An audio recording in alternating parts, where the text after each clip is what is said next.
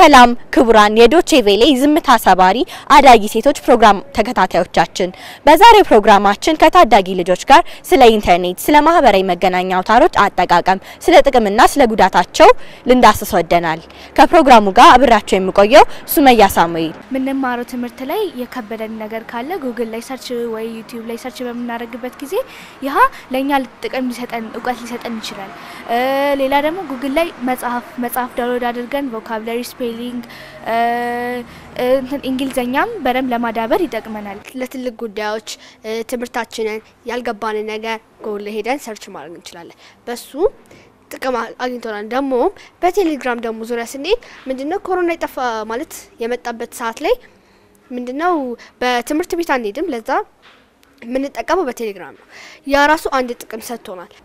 How are you? I am very fine. How about you? I am very fine. Really glad to hear that. ታዳጊ አሜል አፕሊኬሽን ፈጥሯል የኬሚስትሪ የፊዚክስ እና የባዮሎጂ አፕሊኬሽኖች ይሄን አሁን የማህበራዊ መገናኛ አውታሮች ኢንተርኔትን ተጠቅሞ ነው ይሄንን የፈጠረውና ስለሱ ይጠቅስልናል 84 plus 156 240.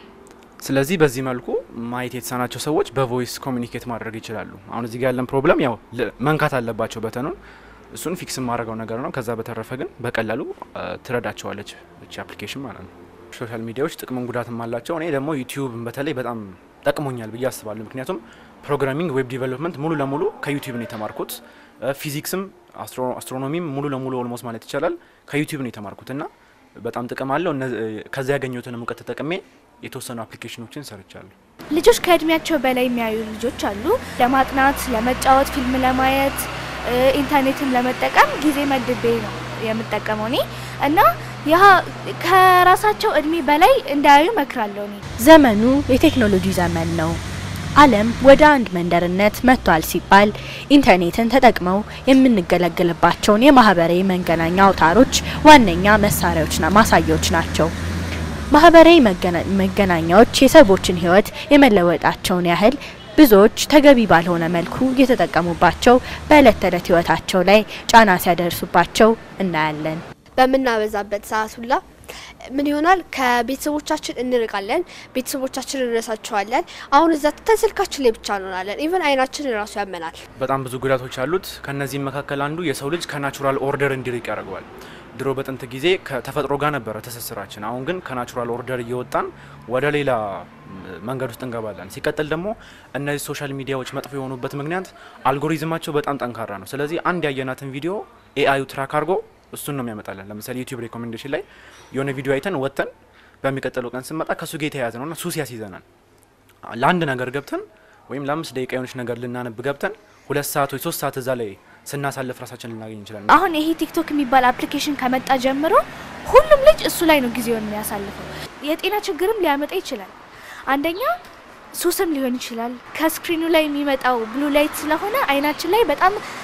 መጥፎ ጉዳት ሊያስከትል ይችላል አሁን እኔ ጓደኛ አለችኝ በቴክኖሎጂ ምክንያት አይና ታማለች ቲቪ